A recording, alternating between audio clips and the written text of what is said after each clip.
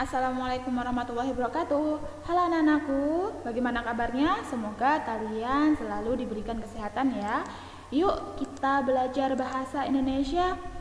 Pada pertemuan minggu lalu, Bu Tia membagikan kompetensi dasar yang akan kita pelajari di semester pertama. Dan kalian sudah menjawab kuis yang Bu Tia ajukan. Terima kasih ya yang telah mengikuti dengan baik. Yang belum, yuk kita belajar secara online dengan tertib ya. Akan ketahuan di sini siapa yang sudah mengerjakan atau siapa yang belum mengerjakan. Oke? Kompetensi dasar di semester pertama ada teks pidato persuasif, teks laporan percobaan, teks cerpen, dan teks tanggapan kritis. Mari kita belajar di bab pertama, teks pidato persuasif. Apa saja? Ada pengertian pidato persuasif, tujuan pidato, prinsip-prinsip pidato, jenis pidato, metode pidato, dan yang terakhir, struktur pidato. Tentunya kalian sudah pernah mendengar ya pidato, tapi tahukah kalian orang yang memiliki kepandaian dalam berpidato disebut apa? Disebut orator. Ingat ya, orator, orang yang memiliki kepandaian dalam berpidato. Yuk kita bahas tentang pidato persuasif. Pidato persuasif adalah jenis pidato yang bertujuan untuk menarik perhatian pendengar, memengaruhi, serta bersifat mengajak atau membujuk agar mereka menjadi yakin dan mau mengambil tindakan, bahkan melakukan sesuatu sesuai dengan tujuan pidato tersebut. Isi pidato persuasif harus berlandaskan pada argumentasi yang logis dari sudut pandang pembicara serta dapat dipertanggungjawabkan. Dalam teks persuasif memiliki tujuan untuk meyakinkan, mengajak, dan menghimbau masyarakat untuk melakukan hal yang bermanfaat bagi kehidupan. Dengan demikian, pidato persuasif merupakan cara paling efektif guna menggerakkan masyarakat untuk berbuat yang lebih baik dan kreatif. Seringkali pada suatu acara tertentu kita akan menemukan pidato persuasif yang dilakukan kepada khalayak. Biasanya orang berpidato menyelipkan lelucon atau kata-kata lucu kepada audiens agar tidak merasa bosan dalam mendengarkan. Dengan begitu, informasi menjadi dapat mudah diterima oleh audiens.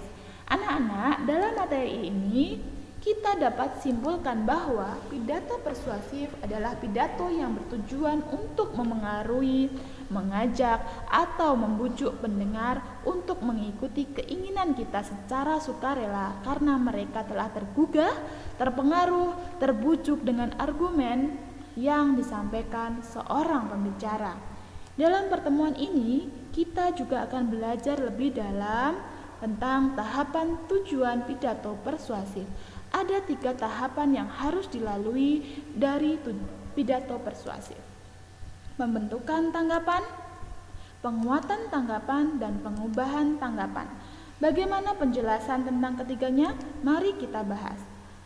Tujuan awal dari pidato persuasif adalah pembentukan tanggapan khalayak. Pembentukan tanggapan dapat dilakukan baik khalayak tersebut telah mengetahui tentang suatu topik yang disampaikan maupun tidak. Seseorang pembicara pidato persuasif akan menggabungkan gagasan sesuatu yang baru terhadap nilai yang telah melekat pada khalayak. Diharapkan terjadi perubahan pola pikir yang terbentuk dari penyampaian pidato. Diingat di sini ya. Kedua, penguatan tanggapan.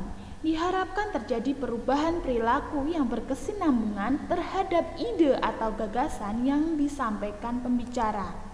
Penguatan tanggapan dapat dikaitkan dengan nilai-nilai yang sudah ada dalam masyarakat, sehingga masyarakat lebih mudah menerima hal yang disampaikan. Ketiga, pengubahan tanggapan. Maksud dari tujuan ini diharapkan sekelompok khalayak dapat mengubah perilaku mereka terhadap suatu konsep atau gagasan.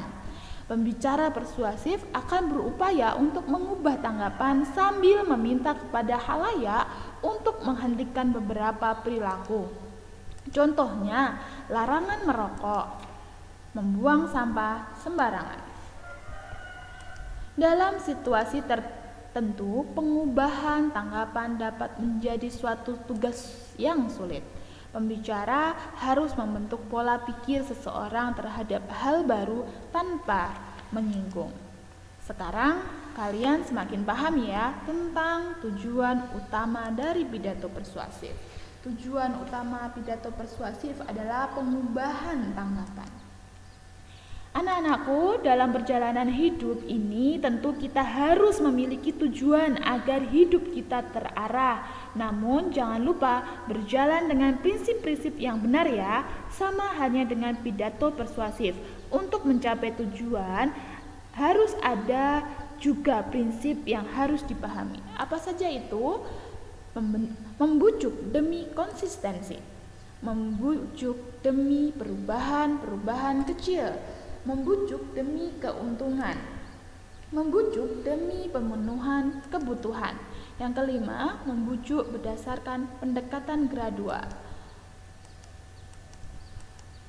Membujuk demi konsistensi dalam hal ini, khalayak lebih memungkinkan untuk mengubah perilaku mereka jika perubahan yang dianjurkan pembicara sejalan dengan kepercayaan, sikap, dan nilai mereka saat ini.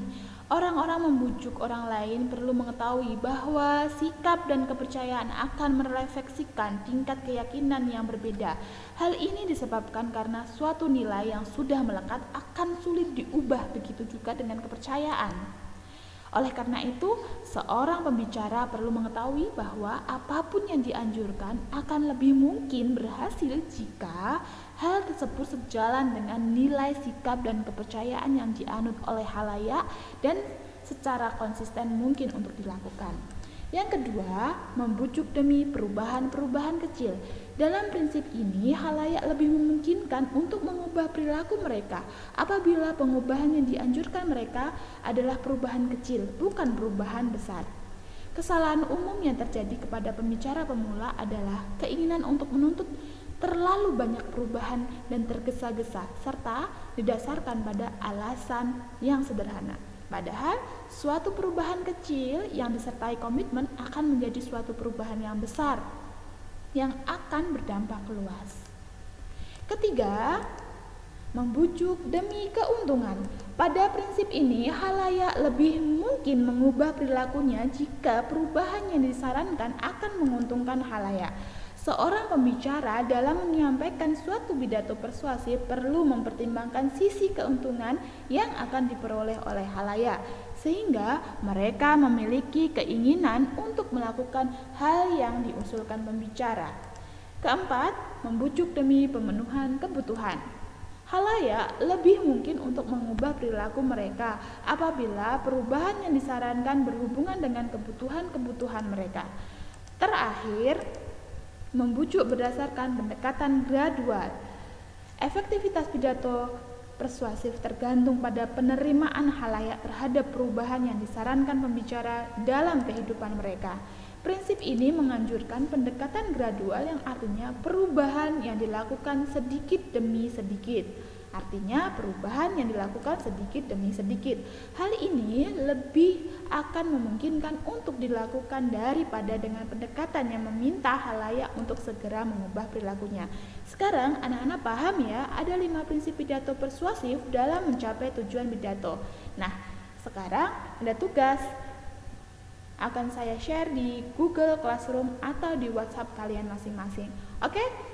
Selamat mengerjakan dan selamat menulis materi yang sudah saya jelaskan. Terima kasih. Wassalamualaikum warahmatullahi wabarakatuh.